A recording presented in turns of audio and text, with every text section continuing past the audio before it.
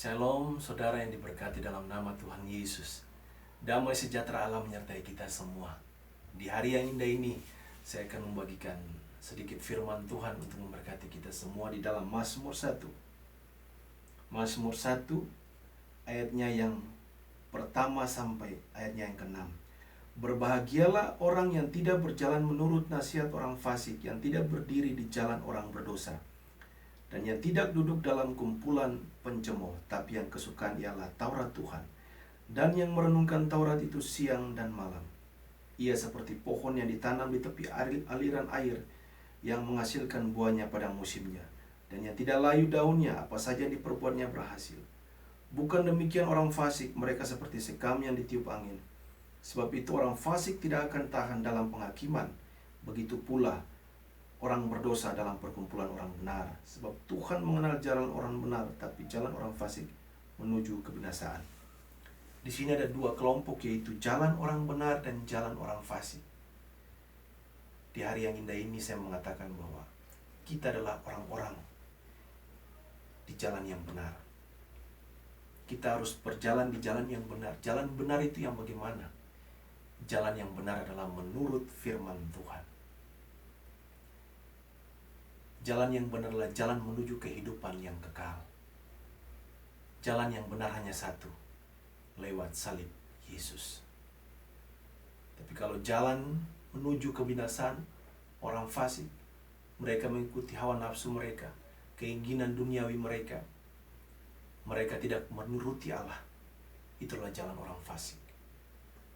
Dua contoh dalam kitab Mazmur ini, kita mau belajar bahwa belajarlah untuk berjalan di jalan yang benar, yaitu di dalam Tuhan. Saya senang dengan ayatnya yang ketiga, bagian B. Dia mengatakan demikian, apa saja yang diperbuatnya berhasil. Orang yang benar di hadapan Tuhan, apa saja yang dia perbuat, Tuhan pasti memberkati. Tapi kalau orang yang hidup di jalan orang fasik, hanya sementara. Kita sebagai orang yang percaya, kita harus selalu berkata, Tuhan, biarlah saya berjalan di jalan yang benar, yaitu jalan yang Tuhan mau. Biarlah saya mau berjalan di dalam tuntunan Tuhan di hari yang indah ini.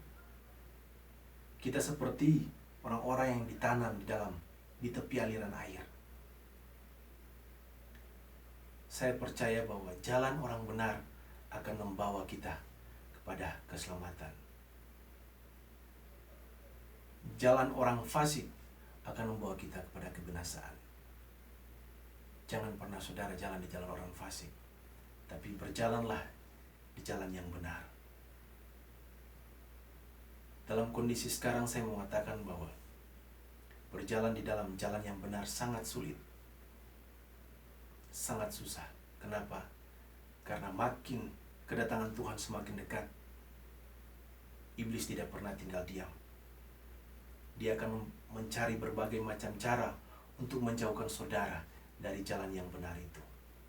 Saya mengatakan, tetaplah setia, tetaplah beriman kepada Yesus.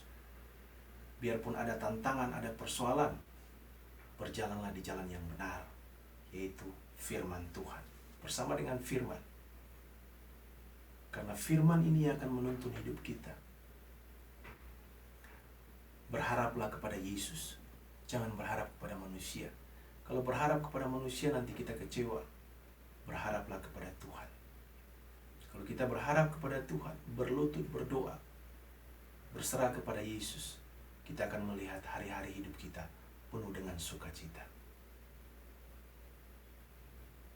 Saya bersyukur, biarlah firman di pagi ini memberkati kehidupan kita. Dan ayatnya yang ke-6, sebab Tuhan mengenal jalan orang benar, tapi jalan orang fasik menuju kebinasaan. Kalau kita berjalan di jalan yang benar, Tuhan pasti memperhatikan kehidupan kita.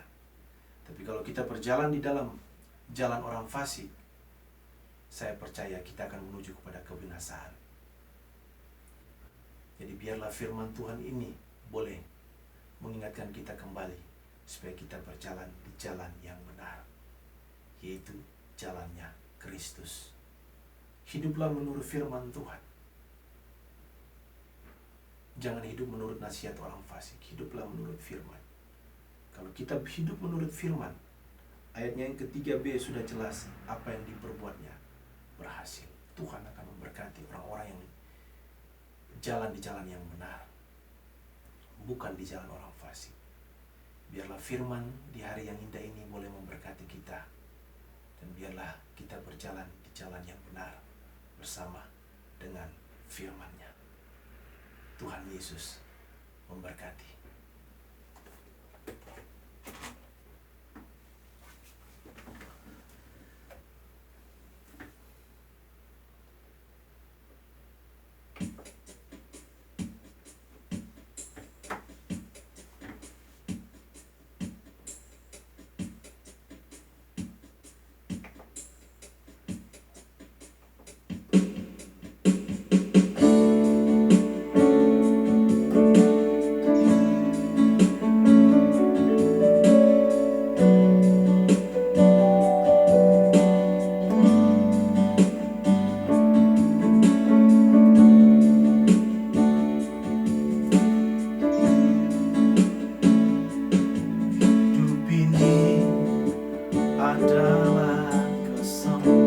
Jangan sia-siakan waktu yang Tuhan beri.